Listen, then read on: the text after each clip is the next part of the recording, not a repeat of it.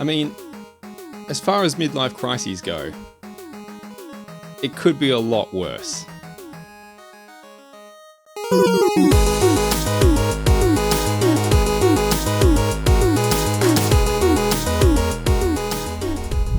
Hey everybody, what's going on? My name is Jamie Dean, and I am, of course, joking in part. I have been into not just game collecting and video games for a very, very long time. Most of my life that I can remember, that I was old enough to form memories, have revolved around video games, and hence, wanting to collect video games is not a new thing. It's the same with toys. I mean, I've always been into, ever since I was able to earn a paycheck, basically, I've been into collecting action figures, model kits, that sort of thing. I think it's just that now my focus has shifted from new to old, much like my video game collecting, right? But yeah, in my search for putting this video game collection together, I have ended up wandering down another side rabbit hole into this toy collecting thing. And I find that, the two are so synonymous with each other in terms of representing like a period of your life, right? If you grew up through the 80s and 90s like I did, you had video games and you had these very specific lines of toys that sort of are iconic of that particular era. And so I think what I'm trying to do here is I've happened to sort of because it's something I've always been into, collecting these models and toys and figures and things, and having them on shelves. Like my teenage bedroom was riddled with like Matrix figures and Gundam figures and Transformers and things like that. And I think I'm just trying to recapture a little bit of that, much like the video game collection is. So I thought what I'd do today is just have a bit of a chat off the cuff, much like I did in my Grail Games video, and just have a talk about some of the toy lines that I'm looking at picking up in this sort of new side gig that I'm trying to undertake here and putting together a little bit of a retro vintage toy collection, sort of getting my feet wet in this particular side of the collecting hobby for the very first time. Just have a talk about some of those toy lines that are special to me, why they're special to me, why I'm looking for them, and see if that resonates with any of you who are watching who might have grown up with the same figures. Now, something I will say straight away off the bat is that He-Man, G.I. Joe, and Transformers are not on my list. They were toys that I didn't really ever have growing up as a kid. I didn't really have much exposure to them. I had, one or two Transformers growing up. I had one or two G.I. Joes here and there. I don't think I had any He-Man figures at all.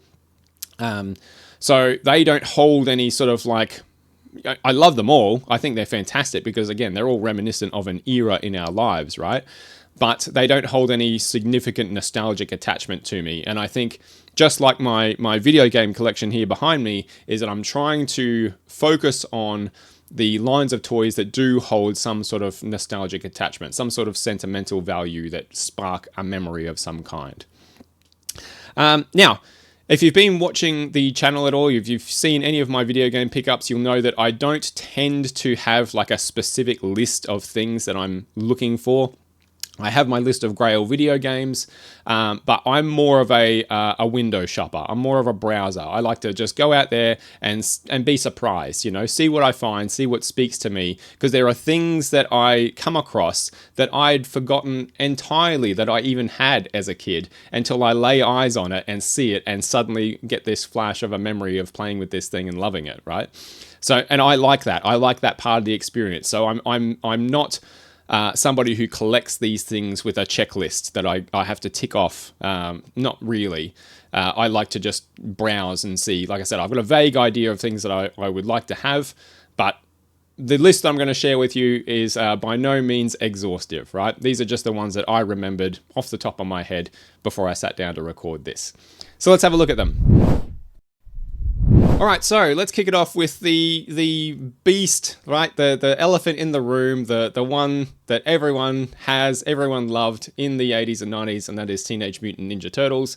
I was no exception. I was absolutely turtle mad. My mum described me as recently to me in a conversation that we had.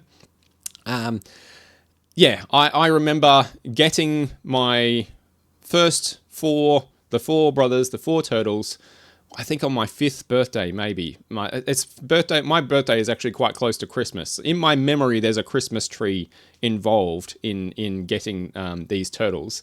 But my mum tells me it was actually for my birthday. Not sure which one it actually was. I'll err on the side of mum's memory over mine. But I got my first 4 turtles along with the turtle van. And that was just the greatest gift I think I have in all of memory. That was such an amazing morning, that one. And I love the show. Something I've never actually done is read the comics. I need to go back and do that. I need to check out the Ninja Turtles comics because my whole exposure was through the show, which was created, of course, to sell kids toys. And it did so very, very successfully. But those old 80s Playmates figures that we all know, that we all grew up with, that we all love so dearly, the crazy colors, I just fucking love them. So that's certainly on my list. Turtles, anything and everything. I actually have some of the classic collection that Nickelodeon re-released of those original sculpts. I have actually quite a few of them in boxes just over here in my game room waiting to be unboxed. So I'm going to be doing a massive Playmates Classic Collection Ninja Turtles unboxing on the channel very, very soon with my buddy Scott. We're going to be getting into all those things, and it's just going to be a fantastic time. I can't wait. I've had them sitting there for quite a while, slowly gathering and saving them up. So yeah, excitement is at fever pitch to get those boxes open and relive those memories. It's going to be so cool. But apart from what I've already picked up in those boxes with the recast, and I'm fine with recasts. I'm not one of those people. I'm not somebody who, if there's a perfectly good modern recast or re-release available of a retro figure, I'm perfectly happy with the recast because it still evokes the memory for me. I'm not a what would you call it? Like a purist, right? Like I'm not trying to go back and collect all the figures with all their accessories in their original condition. It doesn't, that would be nice, don't get me wrong. And I guess that's part of the chase, right? That's part of the fun, is trying to find, because there were so fucking many of those figures. I'm not intending to pick up an entire 1980s Playmates collection or 1990s Playmates collection. That's just well out of my ballpark, both financially and scope-wise. I just want to pick up the odd bit. Again, when I'm browsing around, if I see something and it sparks a memory, or I just think it looks fucking cool and it speaks to me, I'll want to try and pick it up, and I'll bring it here and share it with you. So that's sort of how I'm going to go about it. But yeah, Ninja Turtles, first one on the list, absolutely, and probably the main one that I'll be looking at, as comes as no surprise to anybody who's into this whole toy collecting game. The next one is Street Sharks. I've talked about this in my very first Toy Fair video. You can go back and check that out. But I am Street Sharks mad. I loved Street Sharks almost as much as I love the Ninja Turtles. I thought they were absolutely brilliant. And it was during that, like when the Ninja Turtles went crazy, right? When they went bonkers in popularity, there's always imitators, right? Street Sharks was an imitator that came out of the Ninja Turtles that I just clicked with. I thought it was so cool. And so picking up figures from the Street Sharks line is another thing that I'd very much like to do. I think these are going to be harder to come across, to be honest. They don't age well. They deteriorate very, very quickly and very easily. A lot of the ones that you see now are not in very good condition, and I don't particularly want, unlike my video game collection, I'm not a mint game collector. I'm not a mint toy collector either. I'm not planning to be. But I if I'm going to get something as big and chunky and obvious as a Street Sharks figure, I don't want its whole face flaking away, and finding those figures in decent condition for a reasonable price, I think is going to be difficult. I know there's some re-releases coming out soon. They look quite good, but I don't think they look enough like the originals. Like, they've got so much more articulation. Their body shapes are slightly different. I may pick them up when they release, depending on how much money they want for them. I know there's other re-releases I'm going to talk about very shortly that are well out of my price range. I'm going to have to go back and try and find originals for. I think this is probably going to be the case with Street Sharks as well, that the originals are actually going to be cheaper on the second-hand market than the re-releases are. But we'll wait and see. Who knows? But yeah, Street Sharks, absolutely something I very much loved and want to have some of them on my collecting shelf, very much so. My next one is, these were great because these, back in the day, these figures were, and this is the case for a few of my picks on my list, is that these figures were actually like really inexpensive. I remember them being very, very cheap to buy, and that's Mighty Ducks figures.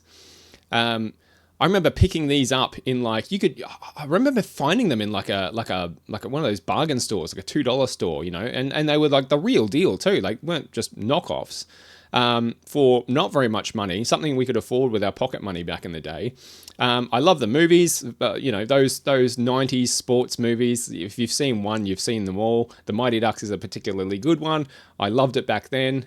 But the Disney cartoon in particular, I thought was fucking awesome. I loved that cartoon with the anthropomorphic ducks. Again, riffing on the whole Ninja Turtles popularity. We got to have an anthropomorphic animal squad of 4 fighting bad guys in crime.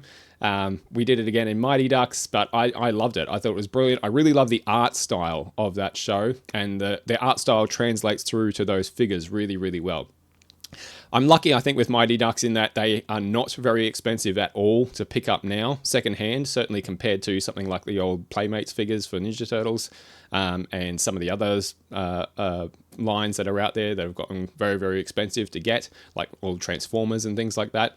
Mighty Ducks are a nice, safe, easy and affordable option for me to be grabbing, that I also have great memories of playing with and watching and enjoying with my brothers. So yeah, that's another one that's on my list, Mighty Ducks. And to round out our Ninja Turtles rip-offs of the era, I've also got Biker Mice from Mars on my list. Now, I never actually had any Biker Mice from Mars figures back in the day, but I fucking loved the show. And in my adult years, another passion of mine is motorbikes. I love motorbikes. I don't currently own one, but if I had the means and the finances to do so, I would in a heartbeat. So yeah, finding an old vintage toy line all centered around motorbikes, yes, absolutely, that's going to be great. I think you're going to end up seeing a lot of toy motorbikes in my collection as this whole thing translates, you know, like that cross-pollination of loves there. But yeah, Biker Mice from Mars, fantastic property, really good show. Again, that's another one I know they're re-releasing, but holy shit, are those re-release figures super fucking expensive. At least they are for us in Australia. So this is one I think is definitely going to be much more obtainable, actually getting the original figures from back in the day. I don't know how easy that's going to be. I guess we'll find out as we go along this journey. I don't know how available they are. I didn't see very many of them. I think I saw one at the whole toy fair that I went to recently. So I don't know. They might be a rarer thing to find than, say, Mighty Ducks or Ninja Turtles. But yeah, I would very much like to get some of those bikes specifically. Some of the mice with the bikes would be great to have on the shelf, 100%. So yeah, Biker Mice from Mars on the list. All right, the next one I've got is another really inexpensive toy line from back in my younger years that I've found is phenomenally, I've had a little cursory look for these, and they're phenomenally difficult to find in Australia. Really, really hard to track down. And that is Johnny Quest. Now, I'm specifically talking about, I think it was called The New Adventures of Johnny Quest, the 90s release, not the original, was it Hanna-Barbera? Hanna-Barbera, that old, really old cartoon from like the 60s or 70s or something. I'm talking about the more modern Johnny Quest, the one that's kind of in the 90s era. Those toys were like, they were shit. They were really crap quality toys. Their joints would come off, like their limbs would just come off all the time because they were not fastened on. They were not articulated terribly well. And they were made of like, I think they were Galoob. My memory serves me right. It's a Galoob line. But yeah, they did not do a great job on these Johnny Quest figures. But they were fucking cheap, man. Back in the day, you could get like a whole Johnny Quest playset for like the cost of one Transformer. And so we ended up with a lot of Johnny Quest. We had tons of different playsets, tons of different vehicles, lots of different figures. They had some really cool, fun sets. The show was really good too. Again, I'm a big lover of Tintin and Uncharted, like those adventure sort of shows. Johnny Quest was another one in that sort of line, like a more high-tech version of Indiana Jones. Yeah, fantastic, but really, really hard to find in Australia. Like I said, I've had a bit of a cursory look, and the only ones I can find that are of note or of any real sort of quality are in the UK. And fucking me, the shipping cost to get something from it's like a $10 figure and $90 shipping to get it here. It's bonkers. So this one could end up being a dead end. We'll see what happens. But I'd love to get my hands on some of those Johnny Quest vehicles and figures that I remember playing with so fondly. I just loved that whole line back in the day. So yeah, we'll see how we go on that one. I don't have a lot of high hopes for that. This is one that I think was cheaper back then than it will be to pick up now, but we'll see. Who knows? The thrill is in the hunt, right? That's where the fun of it comes from. So all the toy lines I've talked about so far have had shows attached to them, right? That have had most of them I would argue where the shows were specifically created just so they could sell you a toy line that was either out or being created to, the shows were an ad for the toys essentially. I think this is another one where it had a show attached to it, but I do not think that was the case with this. I think that this show was so much more than just an advertisement for a toy line, and that the toy line naturally was always going to come about, but the show stands on its own as, one of those absolute pinnacles of animation, I think, and that is Batman, the animated series. We had a few of these, but these toys were so fucking cool, man. Like they were just, they had like I don't know, like there's something about the accessories and the designs of the suits, the designs of the vehicles, the way they put all this stuff together was just fucking awesome. And my brothers and I, we just loved these figures. I remember having the original Batman combat belt. I think that was the very first one that they released in that line that came out in Wave 1. The one that's like, thousands of fucking dollars now to find on card, which is crazy. But I also remember having like the Joker. We had several versions of Batman with all these different kind of like, every Batman had this total, like very specific gear, but all totally different from each other to make them like, it didn't feel like you were just getting another Batman. Oh, it's Batman again. You were getting like, fucking giant crime claw Batman or ice suit Batman or fucking who knows what else Batman. Tons and tons of different versions of Batman that had like just the coolest toys, right? It was like toys for the toy. And we loved it. We just loved it so much. We loved the show. I love the show. I still love the show. I think it's fantastic. But those toys were some of the most fond memories I have of playing with toys as a kid is with those Batman the Animated Series toy line. So yeah, 100% definitely one that I've got on my list to track down as well. And I think, yeah, again, I'm not sure how hard or easy these will be to find. I don't think they're going to be too hard to find if I'm okay with them being loose, which I am for my action figures. I actually prefer how figures look off the card than on most of the time, even though I like the packaging of things, because it gives me that memory of seeing it for the first time, of unwrapping it for the first time or what have you. I do think that they look better on display loose. That's just my preference. And yeah, so this is another one to chuck in the mix there as a toy that's linked to not just a memory of playing with the toys, but a memory of watching the show and loving the show as well. So Batman the Animated Series, definitely on the list. All right, next one on my list is one that my brother, actually, my next youngest brother, my next eldest brother, the one below me, my brother Shane, he really got into when he was a kid, probably much more so than me, but we both loved it, and that was Small Soldiers. Great movie. I must have watched that movie, oh Christ, so many times. My parents must have been so fucking sick of that movie. And he ended up getting quite a few of the action figures. Now, I think if I remember correctly, the Small Soldiers figures came in a few different sizes. Is that right? Like they were really big, like almost 30 centimeter ones that spoke, I think. And then they were like the smaller, but still hefty and chunky, I think sort of like 6, 7 inch, 8 inch, that sort of size figures. I don't know which way I'm going to go with these yet. I'm assuming that the smaller figures are going to be easier to obtain, and that's sort of the size. That 6, 7 inch sort of action figure is the size that I like. So that's probably where I'm going to be focusing and trying to get some. I believe we had figures of both in the end, but yeah, fuck me, we love that show, man. We love that movie. We love that movie. We love those toys, and what a great what a great marriage. Like that specific film, like the toys that go to the toys, and like whenever you get sort of like, it's like a meta kind of thing, right? Like you're playing with the toys that were in the movie that came to life and tried to kill you. It's just cool. I just think it's really, really awesome. A great idea for a toy line.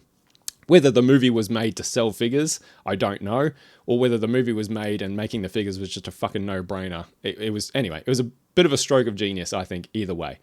But yeah, Small Soldiers on the list, one that I'd like to try and track down a few figures of. Again, I'm not going for a full collection here, just if I see them and they're a good price and they speak to me and they're in good nick, great. I'd love to get them for the shelf for sure, for the memories of playing with those with my brother. They were good times. All right, and the last one is the most interesting one on my list because it's the most surreal. I don't know. I had a weird moment, right? The last one's Star Trek. Now, I love Star Trek. Like, I fucking adore Star Trek. I've watched all the series all the way through except for Enterprise. Because, I mean, I tried, man. I fucking tried so hard, but I could not get into that one. But all the others I've watched all the way through, some of them multiple times. I just love Star Trek to bits. But that love has come in my adult years. Like Scott from the channel, my buddy Scott, is the one who introduced me to Star Trek as an adult. I'd never seen Star Trek before. And I'm so glad he did because it's ended up being this huge passion of mine. But I had no connection to Star Trek whatsoever as a child. I would have heard the term and knew it existed, but I wouldn't have known what it was or had any connection to it. Never seen an episode, never watched any of the movies, nothing. But I was watching an episode of The Toys That Made Us the other day. I was watching the Star Trek episode. And they got to the point where they started talking about the Playmates Star Trek figures line and showing them off. And I was like, hang on a fucking second. I owned those. I had some of those as a kid. Like, I'd forgotten all about it until I saw them. And I was like, I fucking had that, Riker. I know I did. And I had a couple of the others too. Why? Why would I have had Star Trek figures as a kid when I had no connection whatsoever to Star Trek? An interesting little mystery. I asked my mum. She was like, well, you had a football too and you didn't play football. Thanks, Mum. That's great insight. So I've got no idea where these Star Trek figures would have come from. I don't know if they were a gift from somebody. I don't know if there's something that Mum might have picked up secondhand at like a garage sale or an op shop or something like that in like a bundle, one of those big bags. Sometimes they sell figures in. I don't know if it's come from there, but I definitely owned some Star Trek figures, some Playmate Star Trek figures when I was a kid, even though I had no connection or attachment to Star Trek at all. It's a mystery that I'm going to be trying to solve for a while because it's got me completely stumped. And sitting there watching that episode and seeing those figures was just one of these weird, surreal moments of realization, you know, hang on a second, I fucking owned these. Why? Why would I have owned these? But anyway, the reason I want to collect them is not because of those childhood memories, even though I think that's kind of cool that I've rediscovered them, but just because of my love of Star Trek, right? I'd love to collect the crew of each of the series. That'd be brilliant. I think that's sort of my aim. Again, none of the other lines, I'm really sort of chasing specific figures. I want this guy and this guy and this guy, except for Star Trek. The Star Trek ones, I think I would like to try and get the Playmates figures of the crew of each series to have on the shelf, just, again, for my love of Star Trek. I think that would be really, really cool. And yeah, I've got to solve that mystery of where those Star Trek figures came from in my childhood. But anyway, they're there. So that is it for my, I guess, like I said, not exhaustive, but my beginning list of toy lines that I'm trying to chase down to add to my collection. And there's going to be others, right? Like I've talked about Sofubi, like Sofubi Kaiju. I love those. I love the quirky, crazy colorful designs of those kaiju toys. I'm going to be looking for them, you know, like things like Gundam kits that I think are really interesting, or that I could repaint or recolor in some way. I think that's really interesting. There's going to be other things floating around that take my fancy that I want to pick up. But this has given me like I figured like I need a bit of a focus, right? Like at least in the video game world, I can remember like I owned this console and I had this console and I had this console, and the Nintendo 64 is the console that sort of like meant the most to me and that most of my gaming revolved around. So it gave me a core focus for collecting video games. I wasn't just grabbing random shit that I see just because it's there. I figured I'd better do the same for toys, right? And try and give myself a little bit of a focus on what I'm actually chasing and what I actually want to have on the shelf. Not binding myself to it, you know, this is not a code of law, but that's something that I can actively go, okay, well, this is what I can try and start looking for on this whole journey. So I've already picked up, you know, as you saw, if you watched the Toy Fair video, courtesy of Daryl. Daryl, again, thank you very, very much at the Toy Fair for doing me an amazing deal on Casey Jones here to kick off my my Playmates Ninja Turtles collection. Like I said, I've got the classic collection boxes sitting over there waiting to be unboxed once Scott arrives. We're going to get stuck into that, and it's going to be like 2 fucking kids at Christmas. It's going to be amazing. I can't wait to do that. But yeah, that's it. That's my little chat and rant about rant probably wasn't much of a rant, more of a chat, more of my little hangout about talking about my toy lines that I'm looking at picking up for this toy collection that I'm looking to start dabbling in, and we'll fucking see how deep the rabbit hole goes, man. Yeah, look, in another 6 months, I'll be doing another one of these fucking videos for something else. Who knows? Midlife crisis, my friends. It evolves. It's a process that you have to work your way through. No, it's going to be fun. It's going to be good. It could be fucking cocaine, so better than that. Anyway, that's it from me today, my friends. Thank you so much for hanging out. My name has been Jamie Dean, and as always, make sure you keep on side-scrolling. Take care.